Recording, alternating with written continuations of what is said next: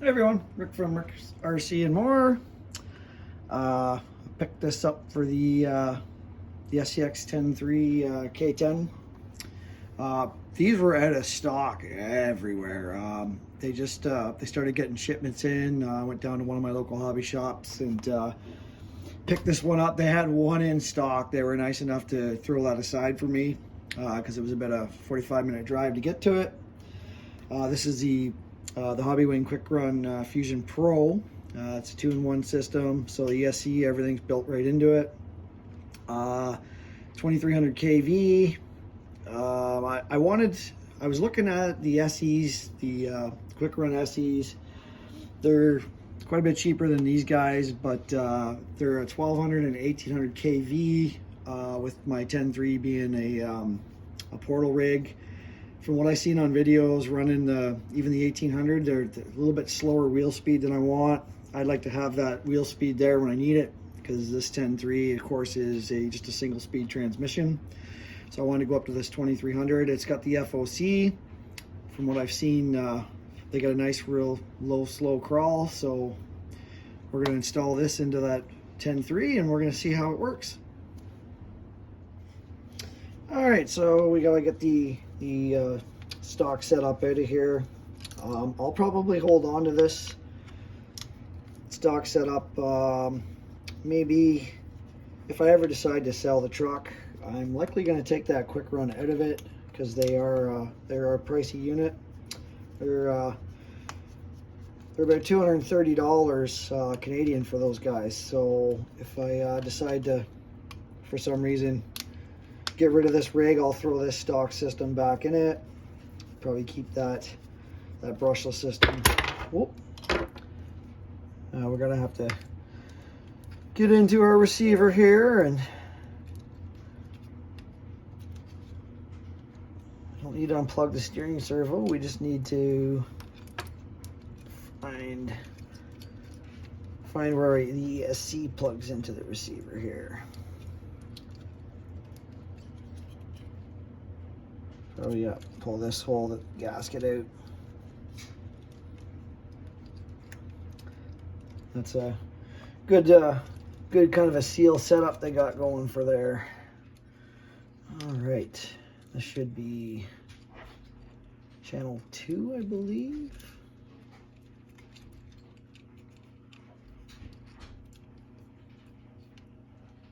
Oh, it's just labeled. It's actually just labeled throttle.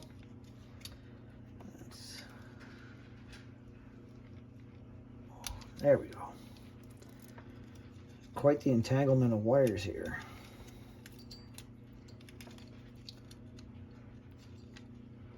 All right. So these, they just two-side tape these guys down generally. Go easy on it.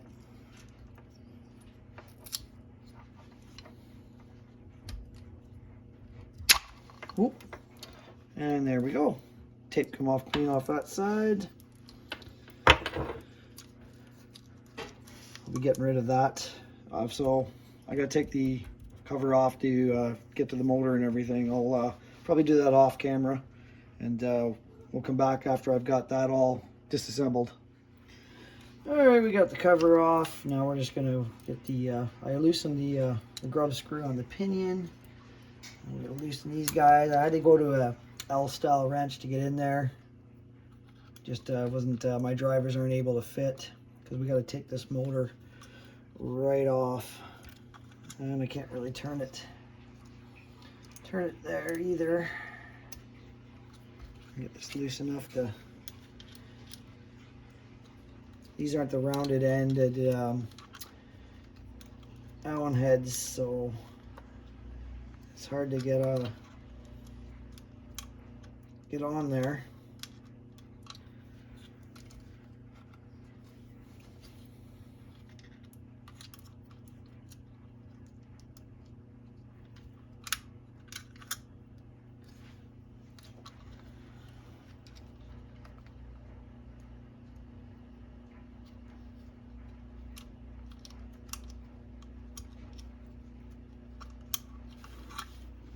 According to online dimensions of those Quick Runs, it should fit no problem in here. Just can't quite get my fingers on that. There we go. A little bit of a tight space getting to the bottom one that's on here.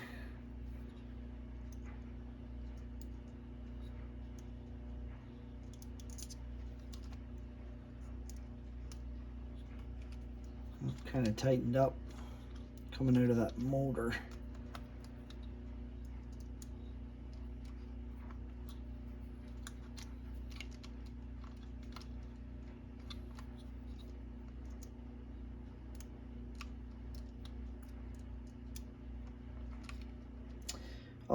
I'll do this off camera because I'm really fighting with it here. All right, so that's the stock system removed. The stock pinion, 14 tooth. Let's open this guy up. Let's just see here. So I don't think they don't come with the program card. Have I seen any program card for the Hobbywings that work with it? I did see where some people say they come with a sticker to go over your program card because some of the settings are different. There's the sticker right there. That's perfect.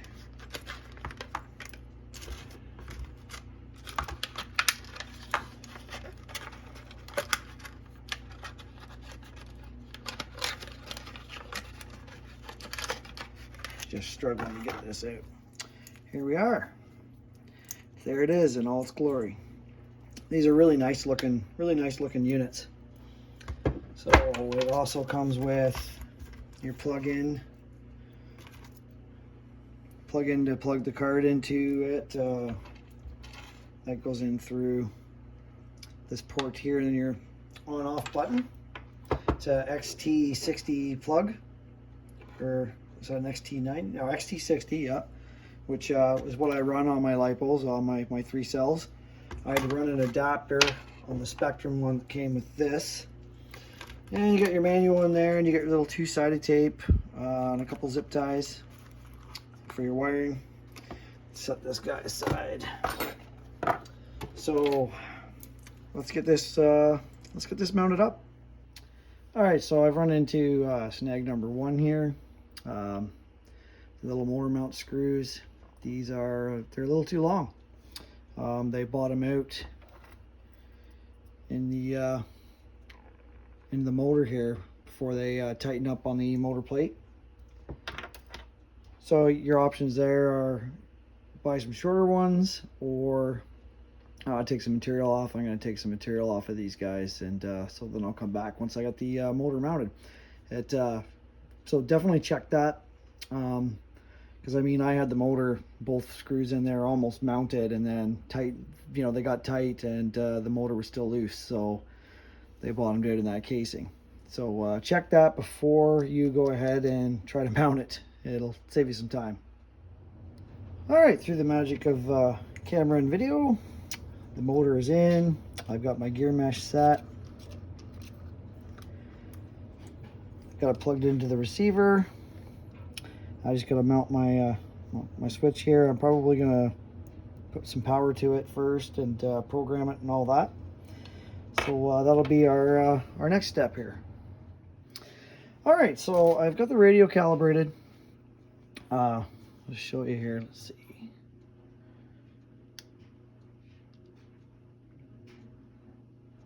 Look at that. Quiet, slow crawl.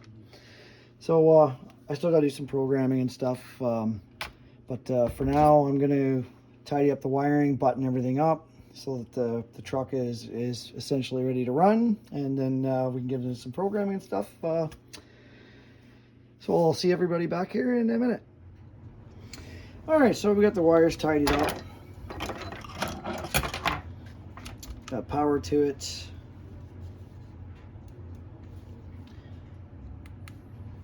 This is box stock settings right now. I didn't bother doing any programming.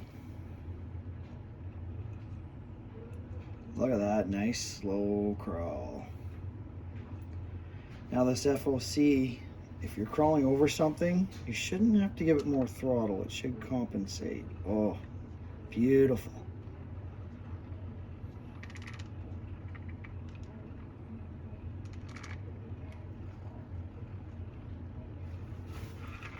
Oh, I gave her a little more juice there. Let's see.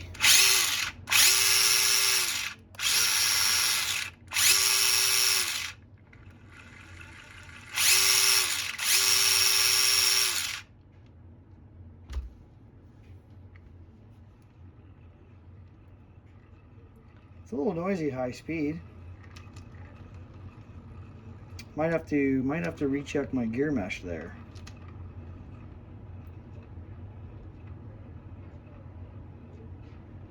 It's got a bit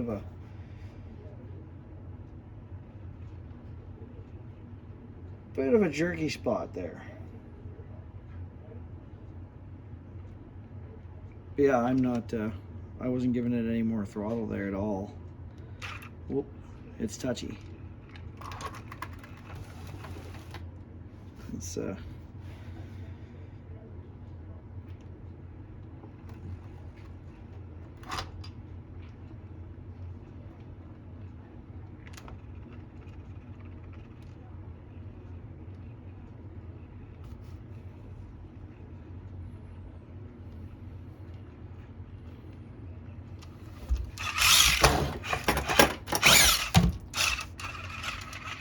got a good punch. The tires on this truck are a little oblonged out of the box. They still haven't, because I haven't really used it. They haven't really broke in. That's why I was kind of doing the hop in there. But we're gonna call that a video for now. It's installed. Like I said, this box stock right now. I haven't gone into the programmer. I didn't have to reverse the motor or anything like that. If you have a non-portal rig, depending on what side of the transmission your motor is mounted, you might have to do that. And definitely heads up on those motor mount screws. You want them, your screw, you're gonna want your screw about 5 mil. Anything longer than that, depending on how your motor plate is, you might not be able to get it to tighten up. Threads might bottom out in your motor casing, and you don't want to strip those. Now these motors, you can clock them all different ways. So there's more than just 2 threaded mounting holes on them. There's like 3 or 4 different sets, so that's good.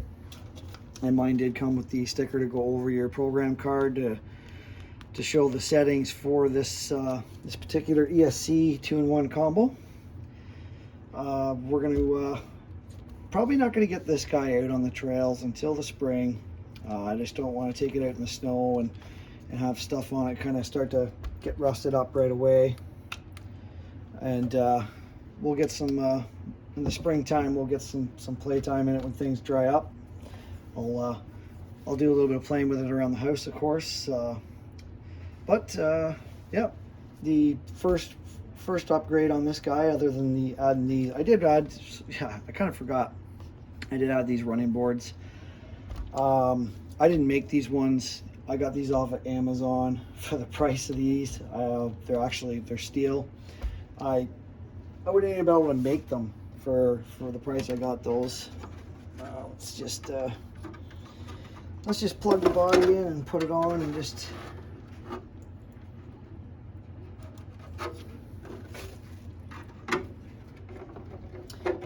why not?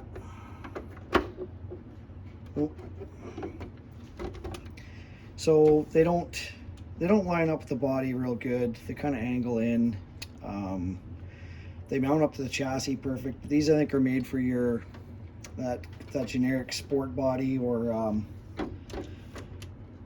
base camp body, I should say, not sport. That's a Traxxas thing. But they're going to protect the body. They're fine where they are for now. I did have to lift the body up in order to get the ends of it to clear those. So I got a little bit of a gap going on in the rear bumper. Front bumper's okay. That still looks good, but I don't know, I have to move the rear bumper up, which means moving it up from the frame. I'm probably not going to bother. This rear bumper does look like it would catch on some stuff too, so I very well down the road might make a bumper for it.